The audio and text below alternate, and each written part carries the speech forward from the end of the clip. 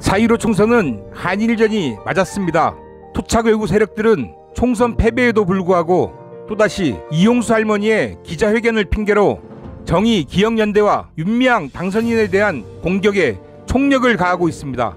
사실관계를 확인하지도 않고 기부금으로 자녀 유학을 보내고 공금을 유용한 의혹이 있고 한일 위안부 합의 사실을 먼저 알았다는 식의 추측성 폭로를 계속 이어가고 있는데요. 다수가 숨죽여 침묵할 때 일본 제국주의의 성노예 범죄를 전 세계에 알리는데 평생을 바친 한 사람의 인생과 우리 모두의 역사적 성과를 누더기로 만드는데 혈안이 되어가고 있습니다. 그것도 피해자 할머니와 정의기억연대의 오랜 연대와 인간관계를 이간질하는 가장 악랄한 방법으로 말입니다. 사실 할머니들이 정의기억연대와 함께 일본의 사죄와 배상을 촉구하는 운동을 해왔지만 이 둘의 관계가 늘 입장이 같지는 않았습니다. 1995년 아시아 여성기금이나 2015년 화해치유기금을 받자는 할머니들도 있었지만 정의기억연대는 올바르지 않다고 주장했습니다. 이번 일도 이런 문제의 연장일 수도 있습니다. 그런데도 이들은 진실에는 별 관심이 없는 것 같습니다.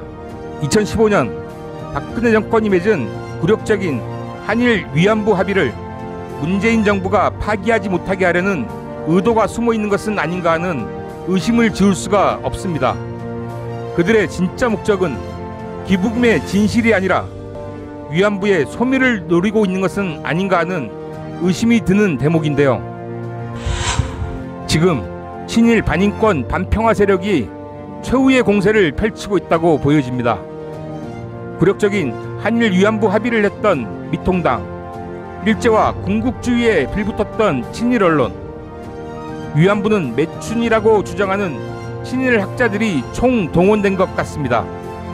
보수 언론이 정의기억연대의 기부금을 문제 삼자 대표적 친일 학자인 이영훈 이승만 학당 교장이 기자회견을 열어 위안부는 일본 업자와 피해자 부모의 합작품이라는 말도 안 되는 주장을 했습니다. 이런 것들은 결코 우연이 아니라고 보여집니다.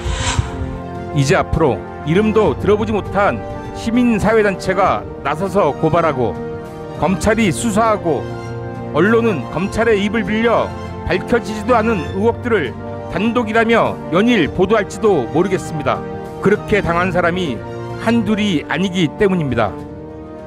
저는 윤미향 당선인의 딸 유학을 문제 삼고 있는 보수 찌라시들을 보면서 이들이 또다시 제2의 조국 장관을 만들어내려고 하는 것은 아닌가 하는 생각을 지울 수가 없습니다.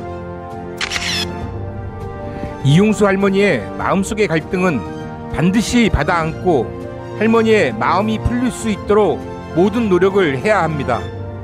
이것은 정의기억연대와 또 윤미향 당선인이 어떤 말로 변명할 수 없는 책임이기 때문입니다.